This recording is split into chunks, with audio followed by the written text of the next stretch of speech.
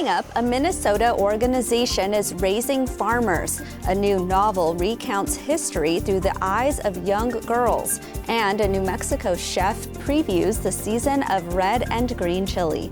I am Aaliyah Chavez. Join us for those interviews plus headlines from the ICT Newscast. This program is made possible by the Corporation for Public Broadcasting, a private corporation funded by the American people. Arizona State University welcomes 3,500 indigenous students from Arizona and across the nation. It serves one of the largest populations of indigenous students among U.S. colleges and universities. We created a sense of place for tribal nations to create futures of their own making through community outreach and research, taught by world-class indigenous faculty where they see a reflection of themselves and their experiences. Find community at ASU.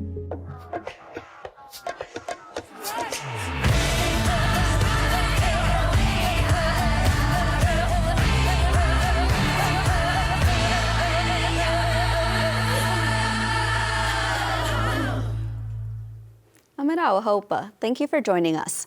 We start today in upstate New York, where a museum has returned ancestral remains and funerary objects to the Oneida Indian Nation.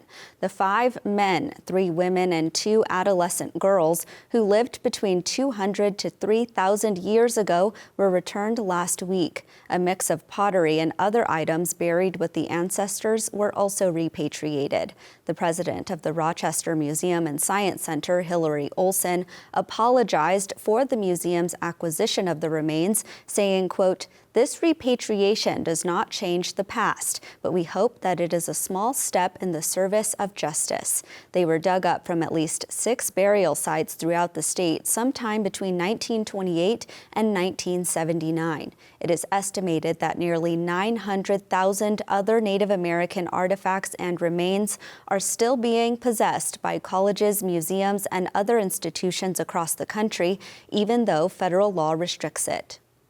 A trailblazing Native American attorney is being celebrated for his work to protect civil rights. Over the weekend, John Echohawk was honored by the American Bar Association with the Thurgood Marshall Award. The award recognizes the long-term contributions to legal professionals who helped advance civil rights. Again, I want to thank the ABA for this very high honor. It's something that I will revere for the rest of my life. Echohawk is easily one of the most well-known names in Native American law. In 1970, Echohawk was the first graduate of a special program to train Native lawyers at the University of New Mexico. This was a pivotal time during the self-determination era for tribal nations. Since then, Echohawk has been at the center of many cases regarding treaty rights and tribal sovereignty. Echohawk has also helped create the Native American Rights Fund, where he still leads the organization in assisting tribes in their legal battles. The Indian Health Service is aiming to decrease food insecurity in Native communities through new aid. The U.S. Department of Health and Human Services awarded $2.5 million to IHS in late July. It is set to be used for the development of produce prescription programs in tribal communities. The program's pilot will ultimately increase access to fresh produce like fruits and vegetables. This is important because Native Americans are more likely to live in areas with low or no access to fresh foods, which can have detrimental impacts to the health and well-being of the community. According to IHS Director and Navajo citizen Rosalind So, the funds serve as a recognition of the need for IHS to support tribal communities in their food sovereignty efforts. So far, recipients of the funds include medical facilities in Arizona, Montana, New Mexico, and Oklahoma. In California, a tribe is celebrating the return of stewardship of more than 700 acres of its homelands. The Pala Band of Mission Indians considers the land known as Gregory Mountain, or as Chocla and Luis Sueño, as sacred. It is the site of an ancestral village with rock art paintings and artifacts. The tribal nation has used Chocla as a place to pray since at least in 1903, when the U.S. government forcibly moved them from their original homelands to the reservation that already had Luiseno people. Last week, President Joe Biden signed into law a bill authorizing Interior Secretary Deb Haaland to place the land into trust for the tribe. And those are the headlines for the ICT Newscast. The organization Dream of Wild Health is one of the oldest and longest operating Native American-led nonprofits in Minneapolis, Minnesota. It is raising vegetables and farmers. ICT's Shirley Snavy interviewed Hope Flanagan, who does community outreach and cultural teaching there. She is Seneca, but grew up in Minnesota. I have been working at the farm for 15 summers, so I've been there quite a while. And usually when we start our day at the farm with the youth, we start with our tribal introductions, and we'll do our prayers. So I do the prayers that I was taught by elders that I worked in the Ojibwe immersion classroom for 10 years. So I follow the ways that I was taught. So when I introduce myself, I'd say, Bujun Indinoe Magani Duk, Nejiba Madazik, Du Denansi Koi Indigo, Mikanak Nindu Dame, Tawanish Kodiganing and Dujaba, Nokiama, Dream Wild Haltega, Ashinano, Bibunicus, Gayawan and Mani Gitchiman Wayna Jupiajayano Ma. I really enjoy working there. I especially enjoy working with the young ones. With practice and work, we started to get the young people involved, young Native people. Well, at first, they would look at us like we were crazy. Why did we want to grow vegetables, and what were we going to do with them? And what on earth is a kohlrabi anyway? So we put our minds together and decided that the best way to do this is to get the young ones involved in cooking and planting, growing, harvesting, and cooking. And it really worked, because once they had a hand in preparing the food and doing taste tests, then they became really interested in, oh gosh, if I do this, then I get this flavor. So they were looking at, oh, that sounds like a good idea. It wasn't even like running our own farmers markets, because we started that way too, by going to the Native housing area called Little Earth, the United Tribes. We would do a little farmers market there, but that did get them as engaged as when they could cook for each other and themselves. So that seemed to be the ticket. So as that happened, we started to see, oh, well, we can get involved in the farmers markets. And that's what we started to do, is have the youth growing the foods, cooking the foods, like working with a chef, and it was always a Native chef, to show them how to create their own foods for lunches. And then we added breakfasts after a while. So we made a policy. It was a good relative policy. And we would always make sure there was no white flour, white sugar, no milk. So all focusing on healthy foods that would encourage health for the young ones, eating in a more healthy way and working in a more healthy way. And last year we produced 12.25 tons of food, and it all goes back to the Native community, either in agencies, people can buy shares, and we do have a sliding fee scale for Native families who are interested in buying a share. For Native chefs, like we have chefs through the Minneapolis American Indian Center, through Division of Indian Work, through even Sean Sherman's Owamity. And then we could see like the young ones that were really interested in chefing. Last year we had 3 that were working at Owamity Restaurant. So our view of working with the youth was always longitudinal too. Like, don't just say, oh, we worked with this many number of Native youth and then drop them so we can get a higher number. It was, this child is returning. Now they know how to gather garlic. Now they know how to dry the garlic. Now they know how to process it. So looking at like how they get engaged in the whole food system.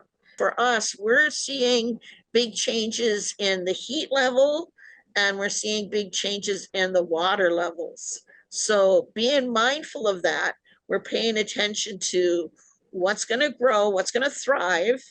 So if we have, for example, in our seed garden, if we have, for growing out Taos squash. So if we're growing out the Taos squash, the squash from Taos Pueblo, then if it's growing out there in Taos, those are going to be two different strengths that it has. Now it can take that soil in Taos, but it can also take this soil in Minnesota. So we've got the same seed, but it's developing different strengths and different aspects. That's what this whole concept of rematriation is, when those seeds go back to their tribes, and then hopefully they give them out to different native individuals that will grow out those seeds, and those seeds will have other soil types, other water levels, other conditions where they can become strong in different ways. One of the key phrases we use all the time is we grow seeds and we grow leaders. Because a lot of these concepts about like respecting the youth and respecting the seeds, that they really are seeds, those youth really are seeds. So the concept being, we're looking at that next seventh generation too, like what's happening along the way. We need to respect them and make sure that they flourish. And a lot of those concepts are embedded in the languages. So we also encourage the young ones to start learning languages. Every plant has a gift, whether it's a gift for breathing issues. Last year, we saw all sorts of plants that were coming up that their gift was to address breathing issues. Well, this year, we've been fighting smoke like crazy from the Canadian fires. So even before the farming season started, I made the herbal tobacco blend that we used to put down as our thank you. And it was a breathing blend. It was all the plants that you would use to support our breathing system. I feel like we're in a time that we're being challenged to be strong. And this was a teaching that I got from a fellow who was half Dakota and half Ojibwe, Chris Leith. Oh man, that guy, he would speak both languages too. But he said, remember, it's so important to think about being healthy in all the four ways in the medicine wheel: mentally, emotionally, physically, and spiritually. Don't focus on just one area. You have to be mentally, spiritually, physically, emotionally strong, all four, and you have to try to be balanced. So when we do those prayers, and I'm sure most of your readership is familiar with, you do the four directions, Mother Earth, then it can vary tribally what the middle one is. For us, it's the water world and then the sky world. So you're trying to find that balance in the globe. It's a globe of intention of all the unseen beings that we're thanking and that are watching over us. That was cultural teacher Hope Flanagan from the Seneca Nation.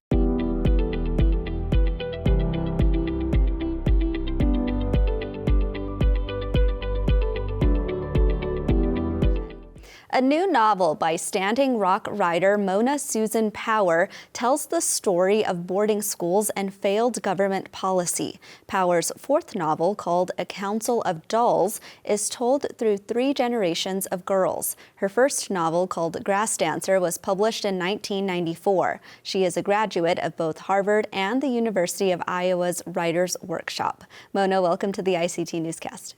Thank you so much. It's good to be here with you. Dolls play an important role in children's lives, and in this book, they're more than just toys. Tell us about the dolls and their girls.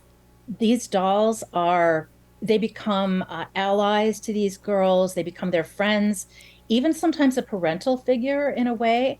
And in one case, really a protector who might save someone's life.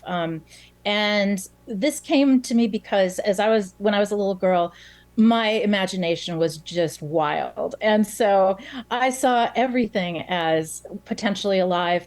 And that was very much encouraged by my mother. She also had a wonderful imagination. So of course my dolls were alive to me. And some of them got along with each other. Some of them didn't get along with each other, and they had these histories. So yeah, it didn't surprise me that dolls would show up for my next major project.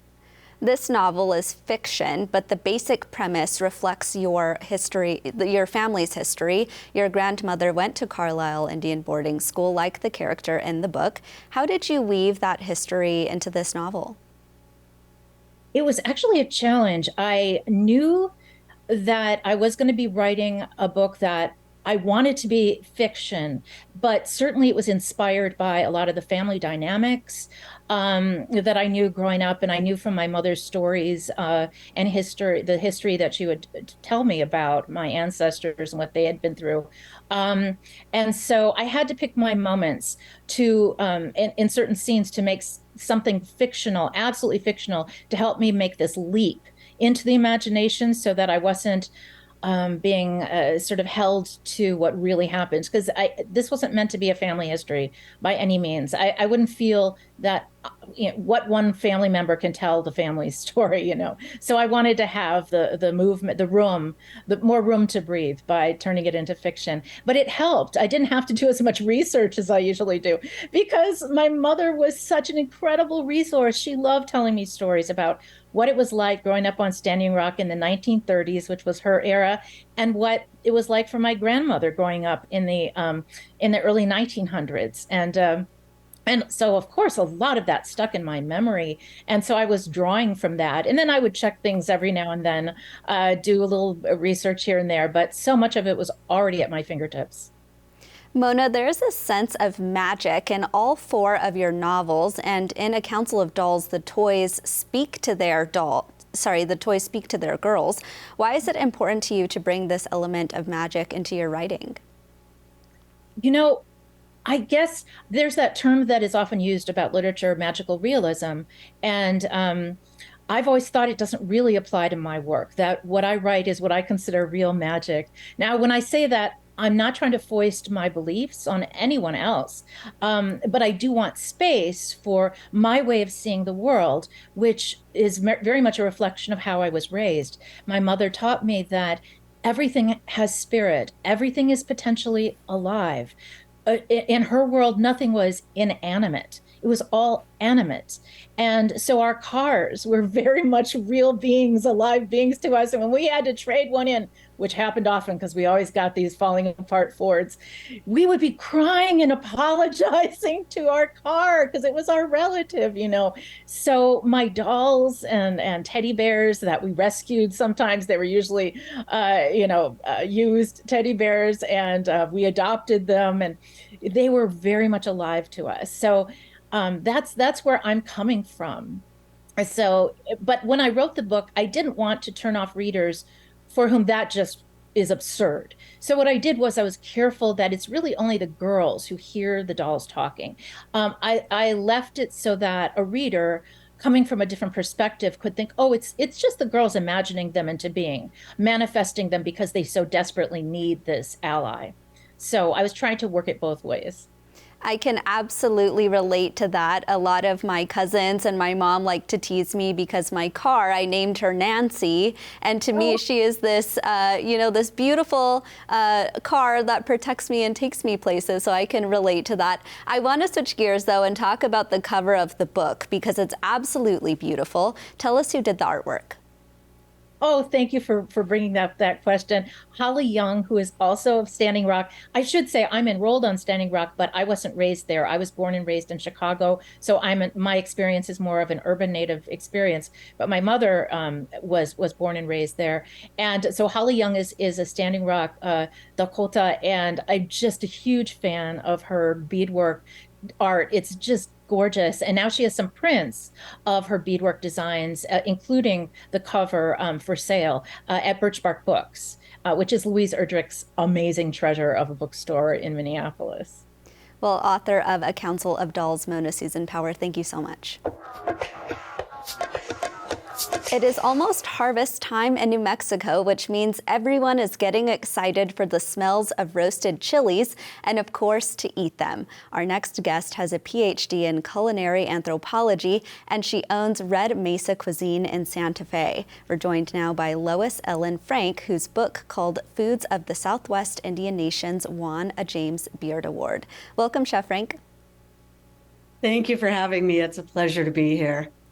Anybody who's ever been to a restaurant in New Mexico get asked red, green, or Christmas, but tell our viewers what that means.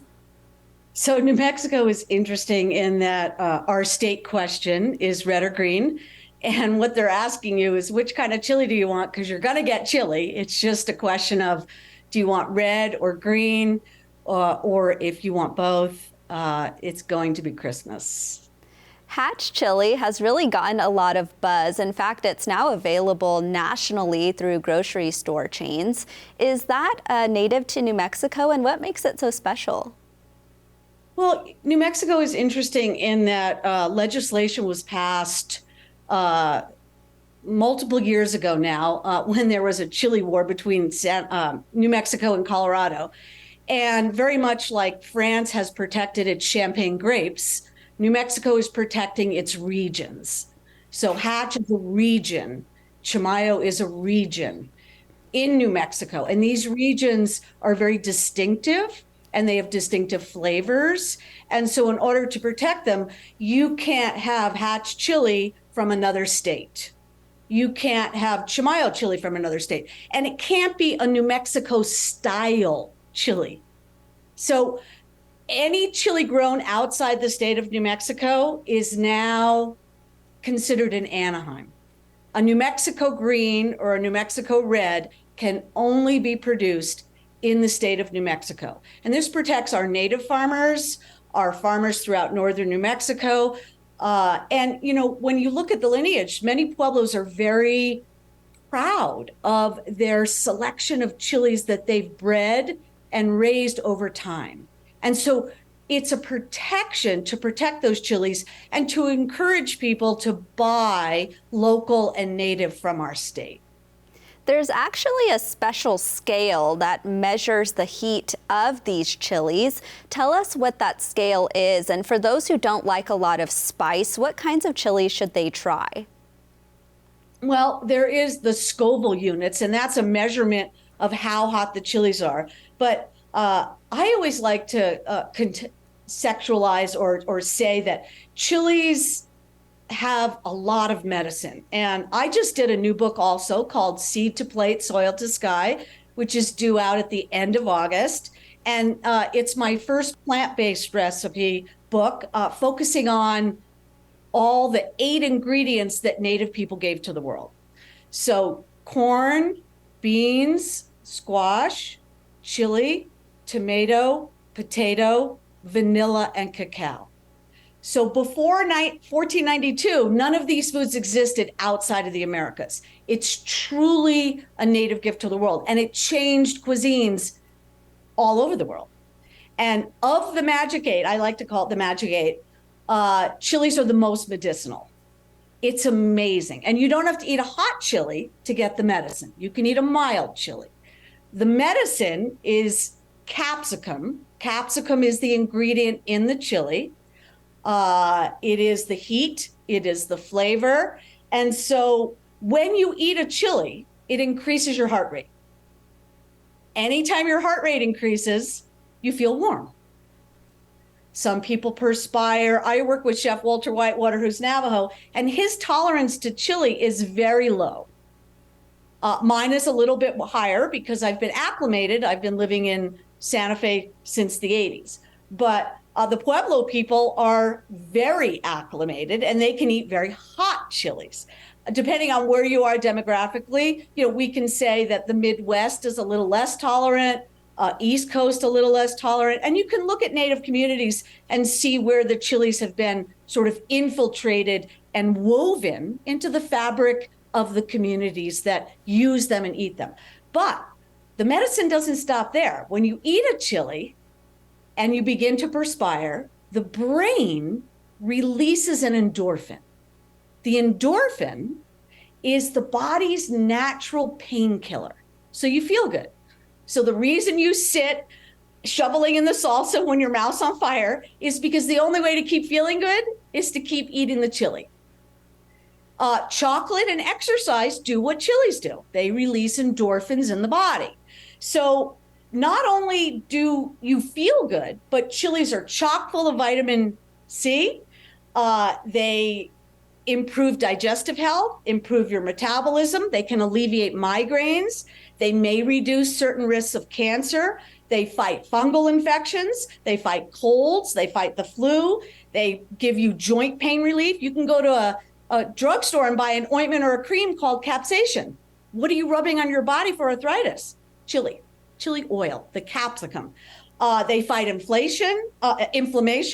They support cardiovascular health. They improve cognitive function, and they improve longevity. So chilies are this medicinal plant that is so healthy and so woven into the fabric of the pueblos and tribes in the Southwest that use it, that it's pretty amazing to see how chilies have been woven and used throughout history. Well, I knew this was going to happen. Now I'm hungry. Chef and culinary anthropologist Lois Ellen Frank, thank you so much. Thank you. And that's a slice of our Indigenous world. For all the latest, visit ictnews.org. From all of us in the newsroom, stay safe, my relatives.